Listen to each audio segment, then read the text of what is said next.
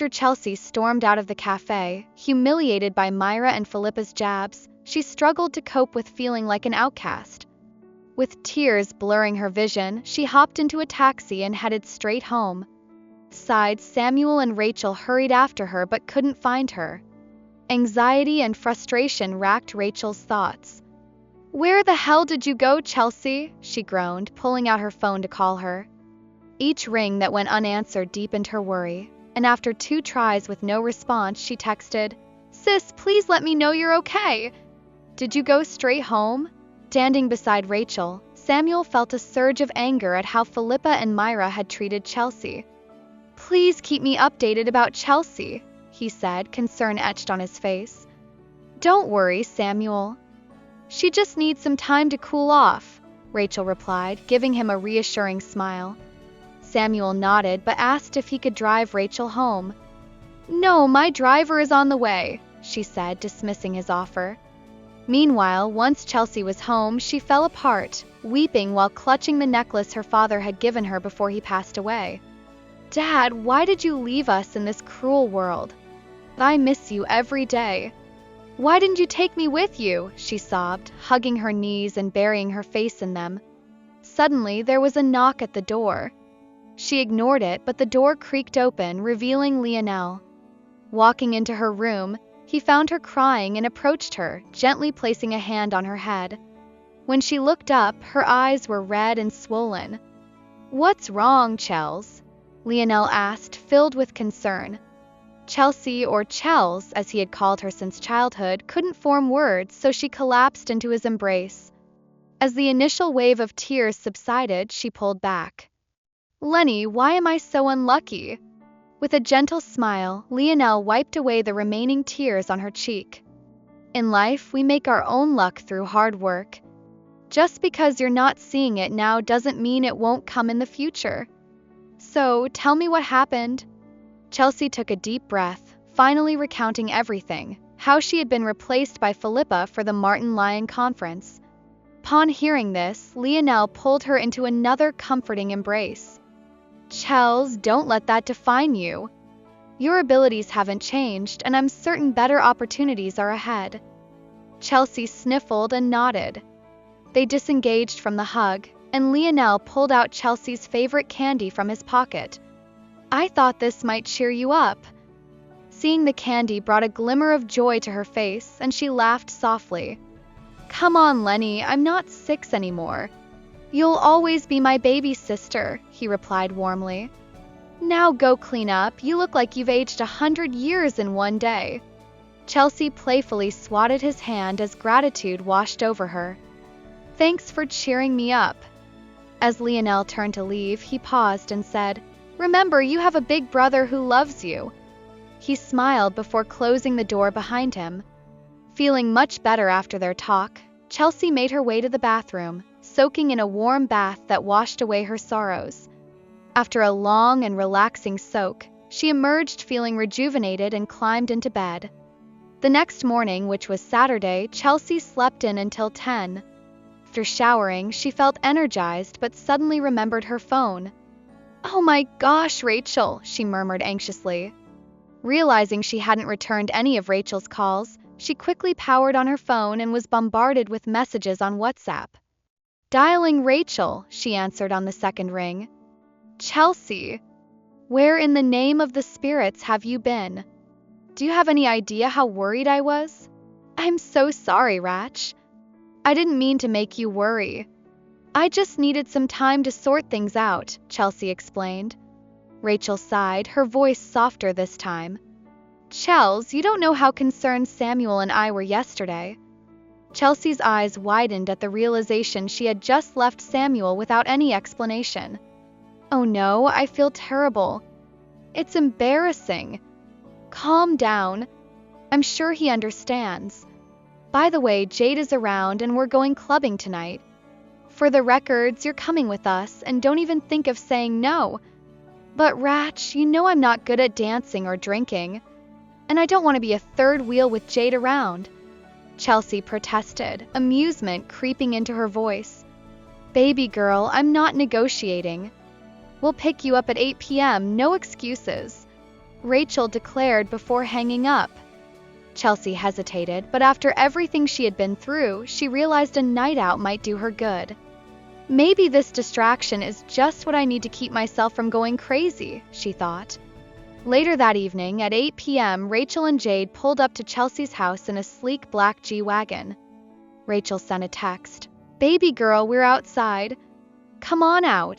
Hurriedly, Chelsea dressed in high-waisted denim trousers, a strapless white crop top, and a black leather jacket, then rushed outside. "Hey Jade, great to see you," she greeted as she hopped into the back seat.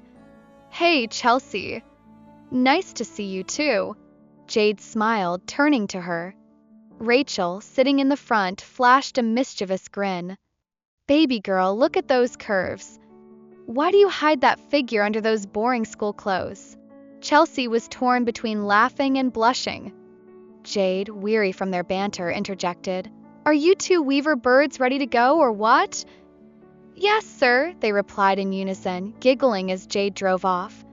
As they made their way to the club, Chelsea couldn't help but wonder, would she truly be able to forget her troubles tonight, or was there an unexpected surprise waiting for her at the club? The three of them arrived at Club Q, the premier high-end nightclub in Wolverton, where only the affluent could afford to unwind.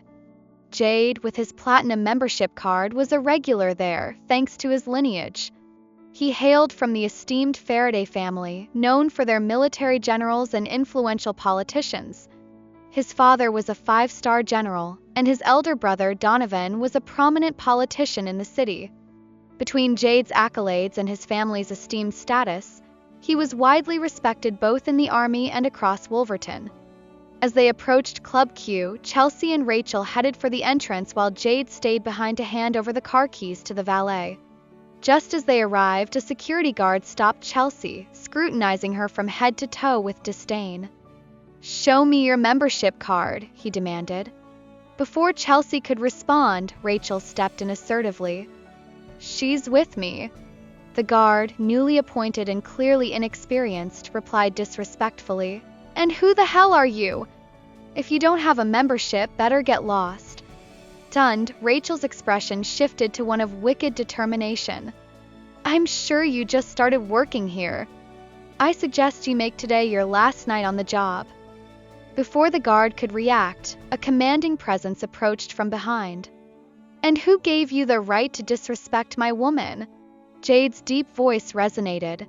He stepped forward, his stern gaze instilling immediate fear in the guard. "No, Lieutenant Faraday, I didn't mean to disrespect them. I had no idea she was with you," the guard stammered, trembling. Club manager, alerted by the commotion, rushed over. "Mr. Faraday and Miss Hannigan, I'm deeply sorry for the inconvenience. He's new and doesn't know everyone yet." Jade fixed the manager with a cold stare. "Do you judge worth by how people are dressed?" A bead of sweat trickled down the manager's forehead. "Mr. Faraday, I promise to address this immediately." Rachel, still furious, interjected, "You better make sure this disrespectful jerk is fired. If not, I'll ensure my father hears about this." Nodding quickly, the manager escorted them to the VIP section. Once seated, Chelsea felt a wave of insecurity wash over her. This was her first visit to Club Q. Ken had often mentioned meeting clients here but had never invited her along. Drinks and snacks were served as they chatted, but Chelsea couldn't shake her discomfort. "Chels, don't worry. I know your alcohol tolerance is low, but I've got your back. With Jade here, we'll be safe even if we get drunk," Rachel reassured her. In the midst of their conversation, Jade excused himself. "Girls, please excuse me for a moment. I need to speak with Solomon." As he bent down to kiss Rachel, she giggled like a schoolgirl. "Oh my! How I love this man!" Chelsea smiled, her heart warming at the sight of her best friend so happy. "Ratch, Jade is lucky to have you. I love how proud he is to show you off." "Of course. He's got to show off his one-in-a-million girl," Rachel grinned. Just then, a group entered the club and Chelsea's heart sank. From their table, she spotted Helena Richards on Ken's arm alongside 4 others. "Ratch, is that Ken with Helena?" Chelsea whispered, disbelief flooding her. Before she could think twice, she stood up. I need to talk to him. As she approached, Ken's startled expression showed he wasn't expecting her. Chelsea, what are you doing here? He asked, brows furrowed. Helena, eyeing Chelsea with disdain, interjected, Ken, who is she?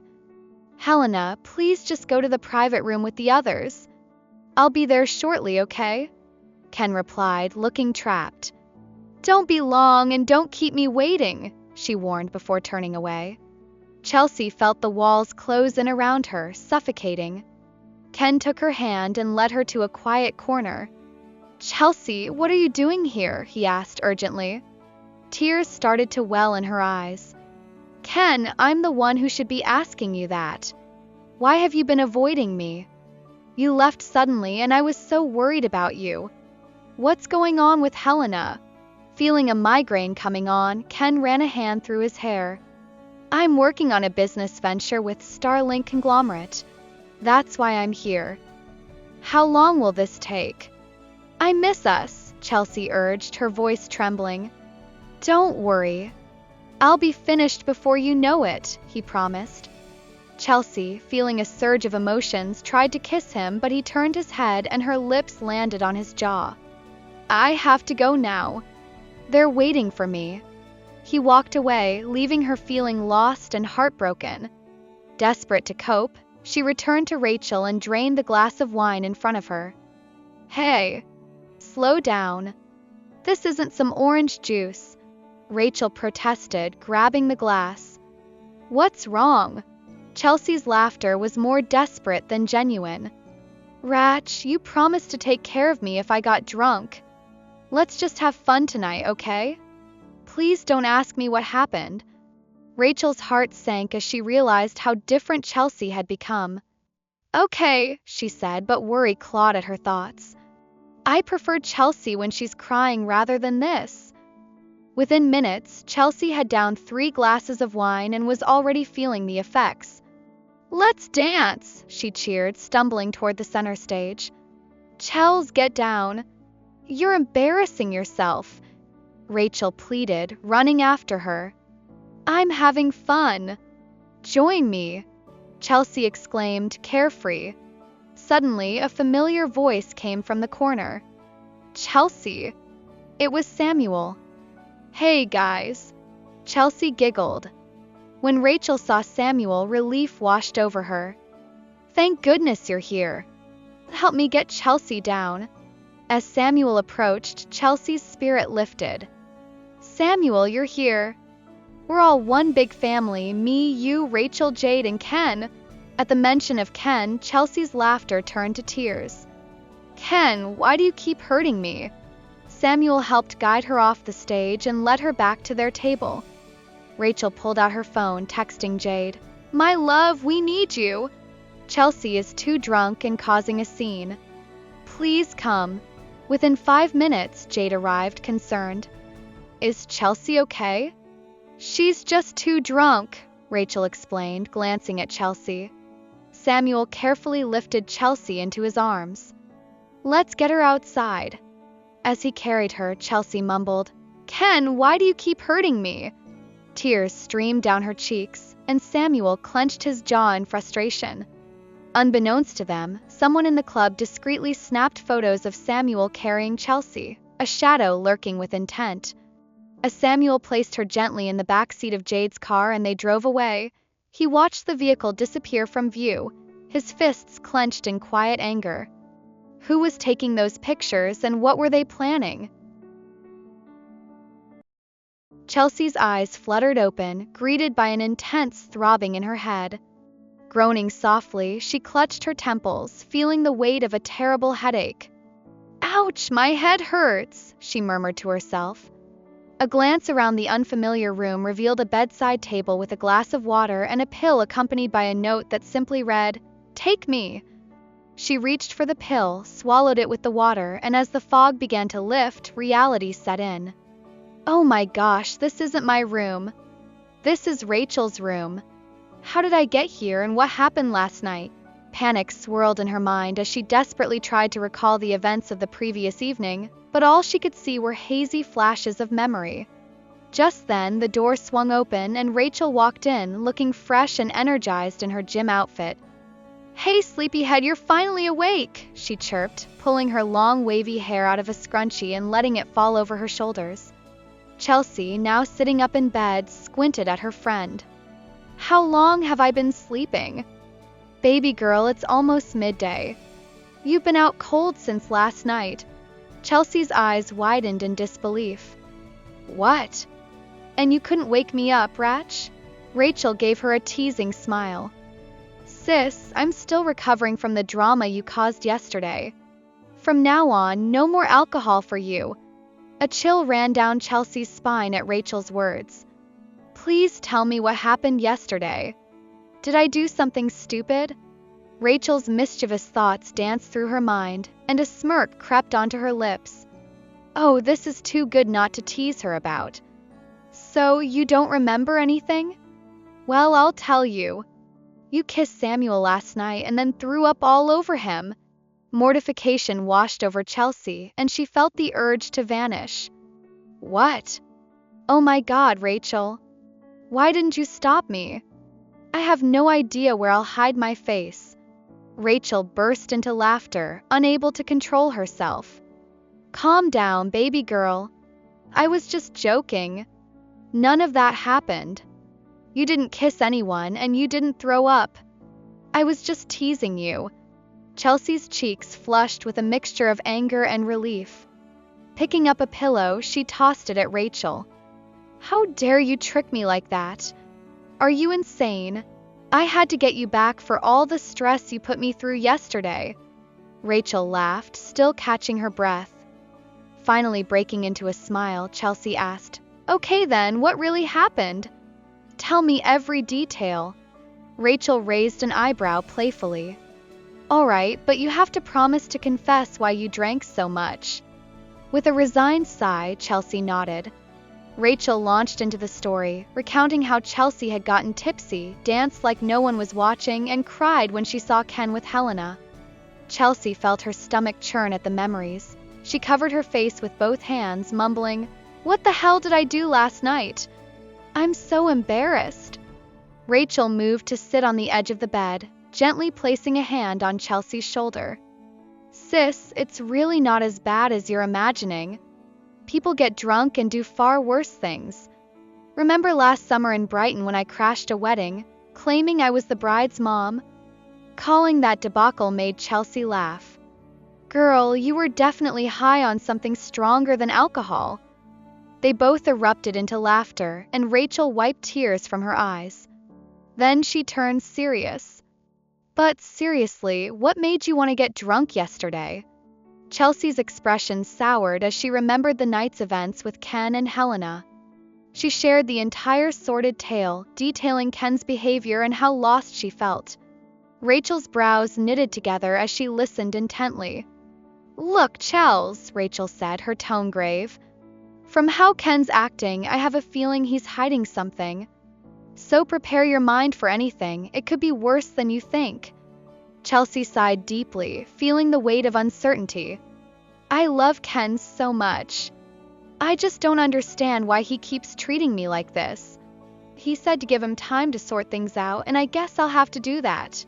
After a bit more chatter, Chelsea decided to take a shower and shake off the remnants of the night before.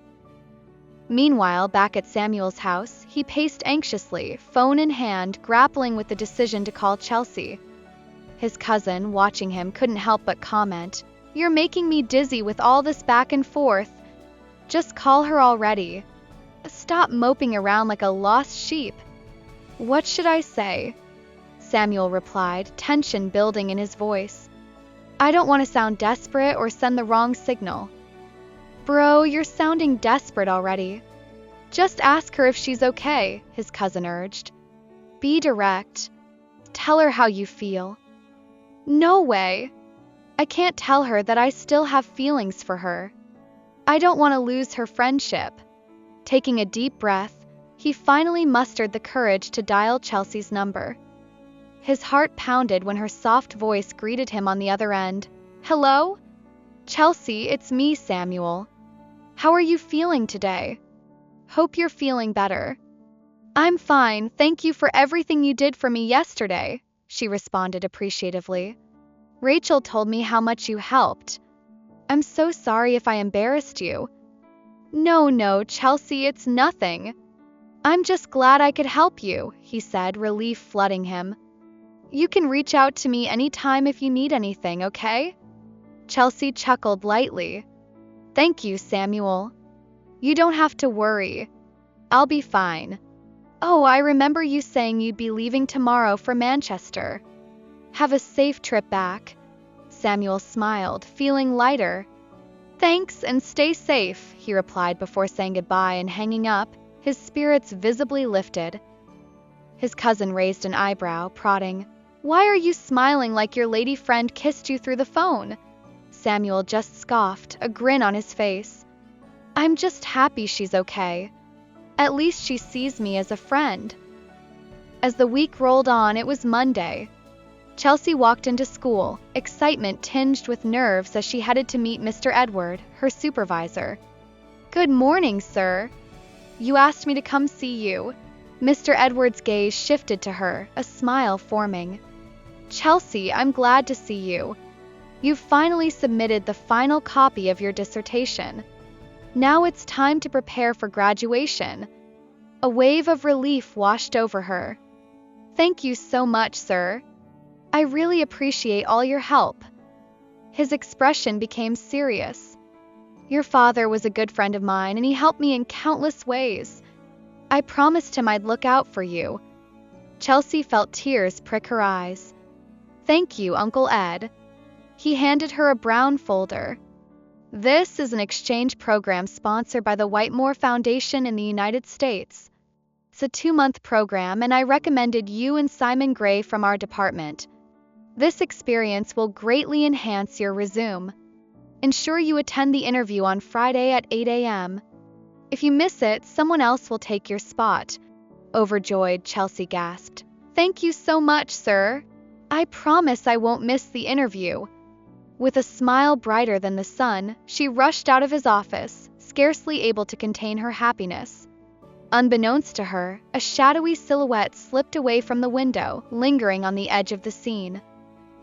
Thursday evening arrived, and Chelsea felt ready for her interview with the Whitmore Foundation. Picking up her phone, she called Rachel. "Hey, sis.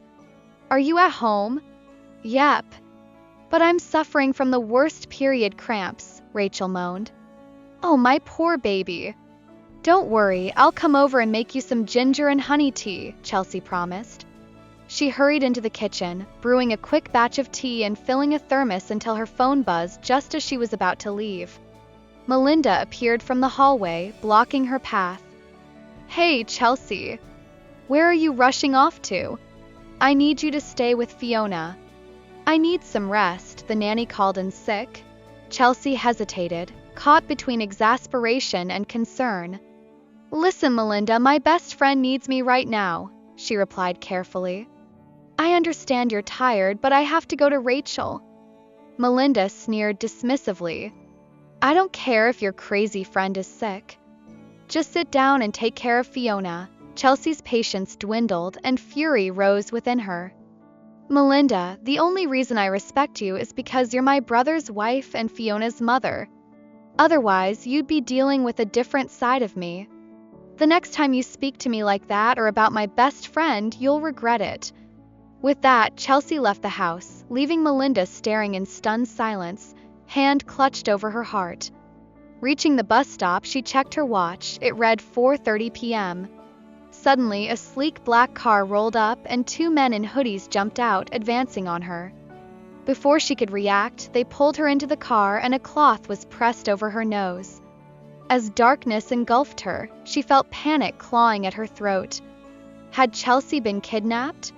So, who was behind this shadowy abduction and what were they planning?